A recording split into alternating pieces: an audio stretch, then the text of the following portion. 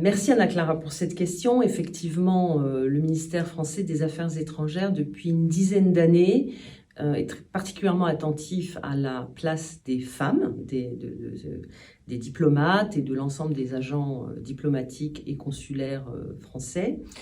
Alors aujourd'hui, en 2023, 30% des ambassadeurs de France à travers le monde sont des ambassadrices. Et 30% aussi des consuls et des consuls généraux sont donc des consuls et des consuls générales. Voilà, à Paris, au ministère des Affaires étrangères et à Nantes, 45% à peu près des postes d'encadrement les plus élevés sont actuellement occupés par des femmes. Voilà, donc il y a eu un très gros progrès depuis 10 ans, puisque sur les ambassadeurs et les ambassadrices, par exemple, le nombre de femmes a doublé en 10 ans par rapport à 2012, au chiffre de 2012. Je pense que la question de la place des femmes et de la parité, en fait, au sein du ministère des Affaires étrangères, elle est très importante parce que, par ailleurs, la diplomatie française porte une ambition de diplomatie féministe.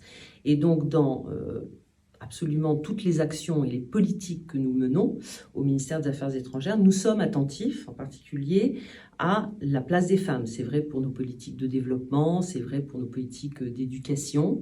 Et donc, il faut qu'on soit exemplaires nous-mêmes, puisque c'est une politique qu'on porte et qu'on promeut. Et il faut que le ministère, en son sein, en quelque sorte, soit également le plus paritaire possible, en tout cas qu'il y ait un équilibre entre les hommes et les femmes. Donc ça, c'est une première chose. L'autre chose, c'est que la diplomatie, c'est un métier d'incarnation. Beaucoup, ça n'est pas que de la représentation, mais il est important d'incarner la politique étrangère française, en particulier quand on sert son pays, on représente son pays à l'étranger. Et donc, c'est tout à fait normal que l'appareil diplomatique français soit à l'image de la population française et plus largement de la population européenne, et donc qu'il y ait des hommes et des femmes, bien évidemment, qu'il n'y ait pas qu'une partie seulement de la société française qui puisse s'identifier, se reconnaître dans ses représentants à l'étranger. Donc voilà pourquoi beaucoup de choses ont déjà été faites. Il y a encore des choses à faire, et je crois qu'aujourd'hui, les choses qui restent à faire, elles sont au bénéfice aussi bien des hommes que des femmes, parce que je note que la nouvelle génération de diplomates français, mais je suis sûre que c'est la même chose au Portugal et dans la plupart des pays, est très attentive à l'équilibre entre sa vie privée et sa vie professionnelle, à des attentes très précises, assez élevées, assez exigeantes, pour pouvoir avoir une vie de famille qui soit sereine, qui soit harmonieuse. Et le métier de diplomate force à beaucoup de mobilité, c'est pour ça qu'on a envie d'être diplomate, c'est qu'on aime voyager, qu'on est prêt à tous les 3 ou 4 ans changer de lieu, changer de pays.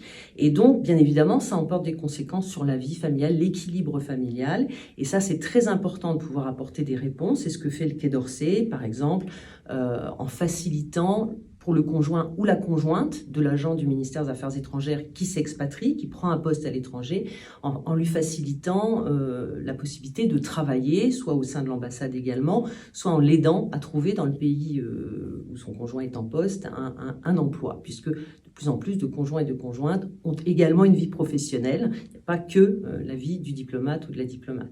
Voilà, donc quelques clés.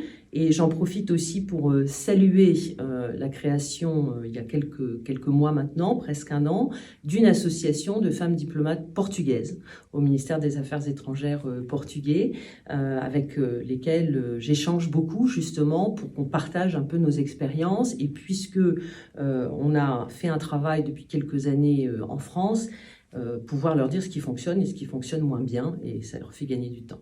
Merci beaucoup.